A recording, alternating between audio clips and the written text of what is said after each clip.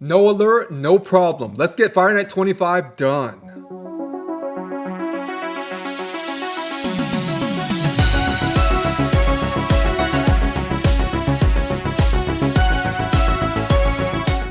What is going on, Raider Soda Dragon here, bringing you 3 different teams for Fire Night 25, none of which have Allure. Now, if you do have Allure, then I do have a video out, Easy Fire Night 25, where I show you how to use Allure against the Fire Night, specifically Stage 25, and I'll link that in the description below. But this video today is for those of you without Allure. So what is the difference between a Fire Night 25 team with Allure and a Fire Night 25 team without Allure? Well, it deals with turn meter control. If you have Allure, you can literally keep the Fire Night from taking even 1 turn, which is really, really good.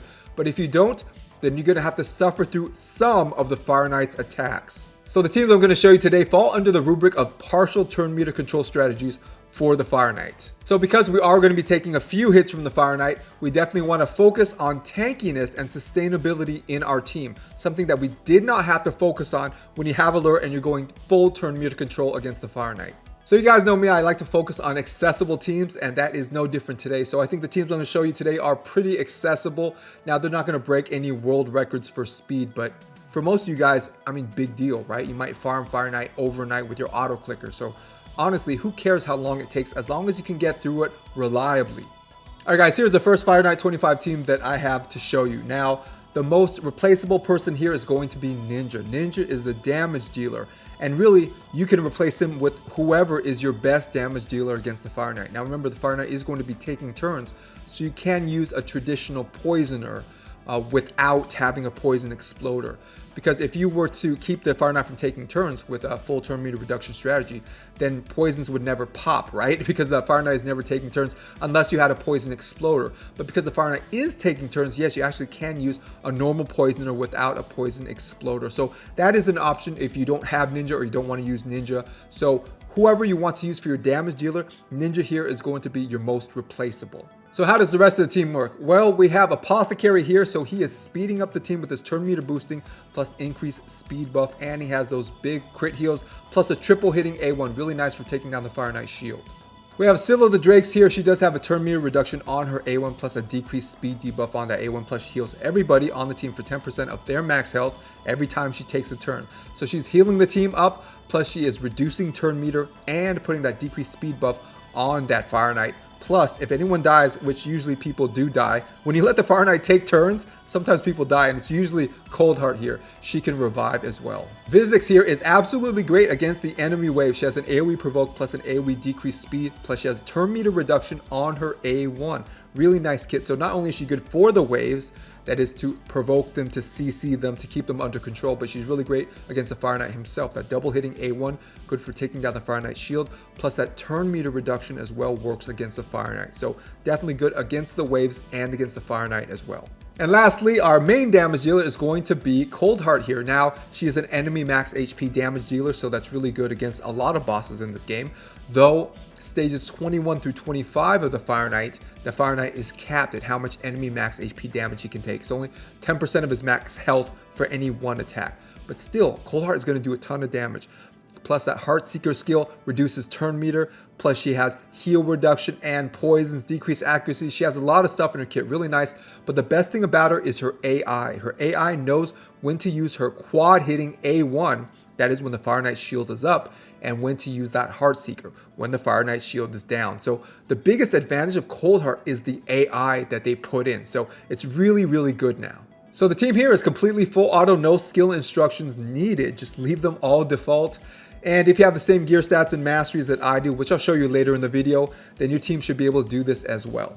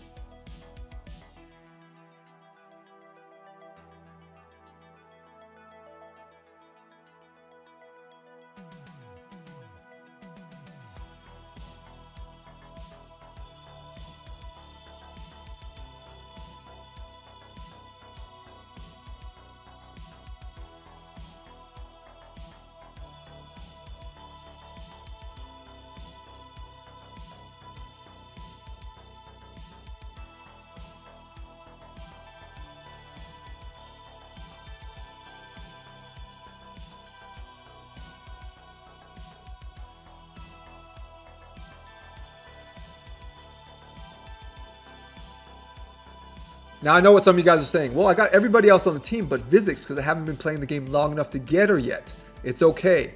If you don't have Vizix, you can substitute in Arbiter. So hopefully you finish those Arbiter missions, you have her, and you can plug her in Vizix's place and it will still work.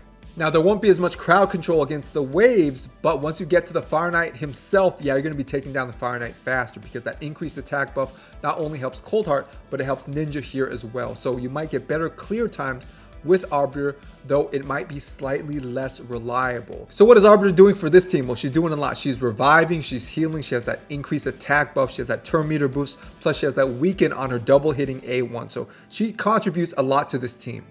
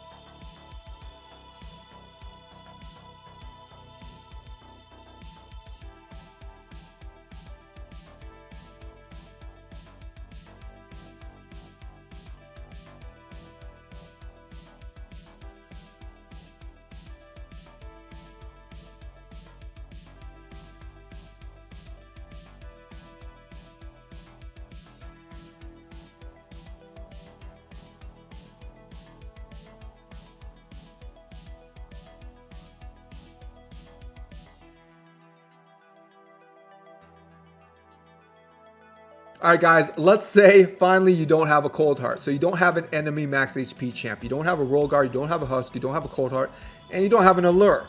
What can you do here? Is there any substitutions you can make? Yes, there is. Right here, you can just put in Vizix, okay? Now, this team is going to be absolutely your most consistent team, but it's going to be your slowest team because you don't have a heavy damage dealer here. Ninja does a lot of damage, but still, an enemy max HP damage dealer against the Fire Knight, even with that damage cap, still makes a big difference. So because you're removing that enemy max HP damage champ, the run is going to be a lot slower, but once again, that's fine. If you just want to get through it, like I said, if you're just farming overnight, honestly, who cares, right? So here is going to be your last substitution. Yes, you don't need a Coldheart. This team works as well.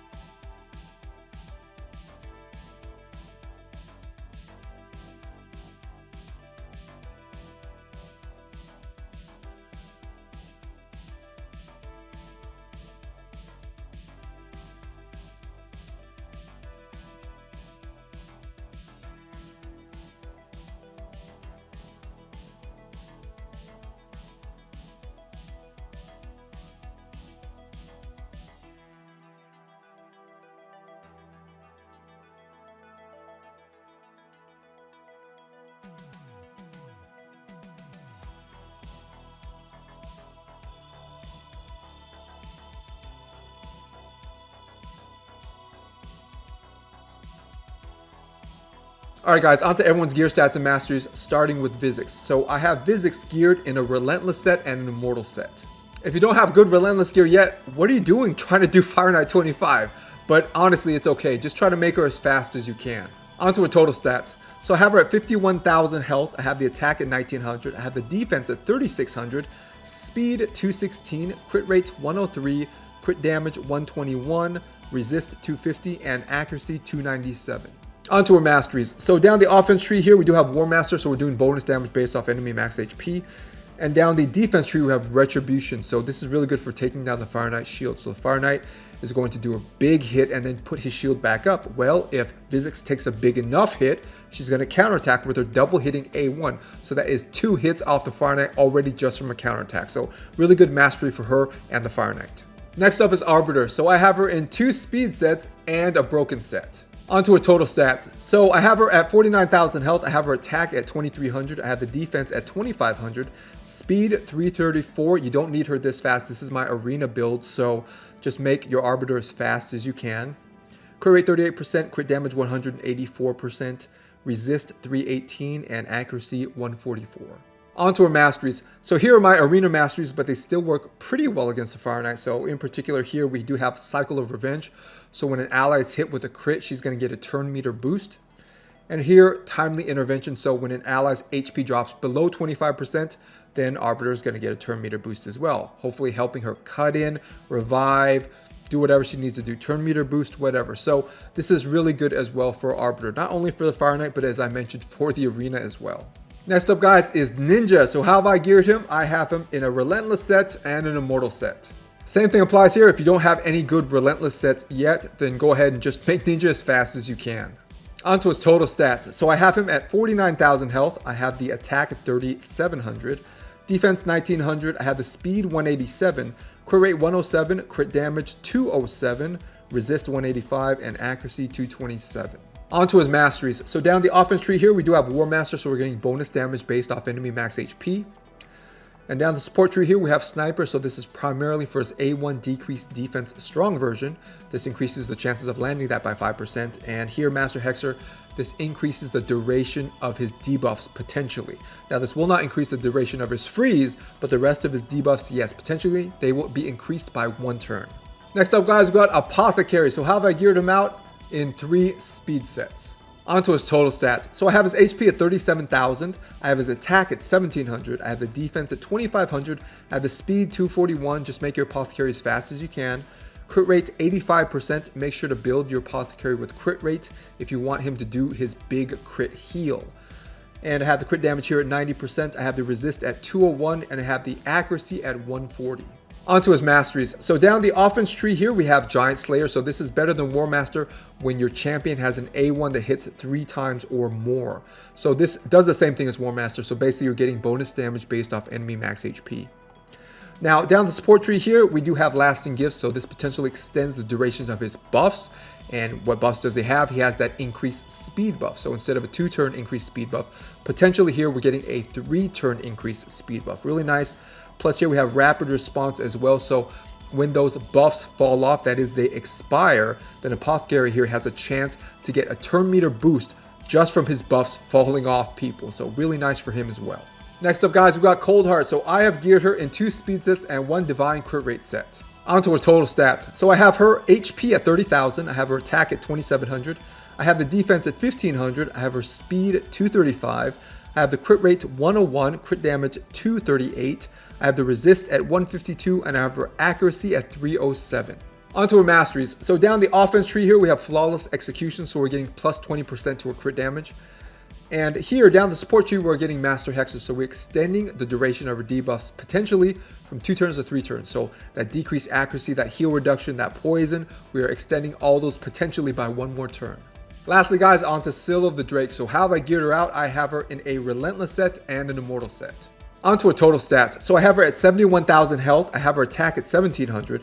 I have her defense at 3,000. I have her speed 177. I have her crit rate 38%, crit damage 148%. I have the resist at 222, and I have the accuracy at 259. On to her masteries. So down the offense tree here, we do have War Master, so we're getting bonus damage based off enemy max HP. Now down the support tree here, make sure to pick up these 3 on the left side of the support tree to increase Seal's passive healing. Now at the very bottom here, we do have Spirit Haste, so Seal's going to get a speed boost when someone dies. Really nice for getting her faster so she can revive. And here we have Sniper, so we're increasing the chances of her landing her A1 decreased speed debuff. Alright guys, that is it for today. So if you've been struggling with Fire Knight 25 and you don't have an Allure, I really hope this video has helped you out. And if you haven't yet, like, subscribe, and share, turn on all notifications, stay safe, and I will see you guys in the next video.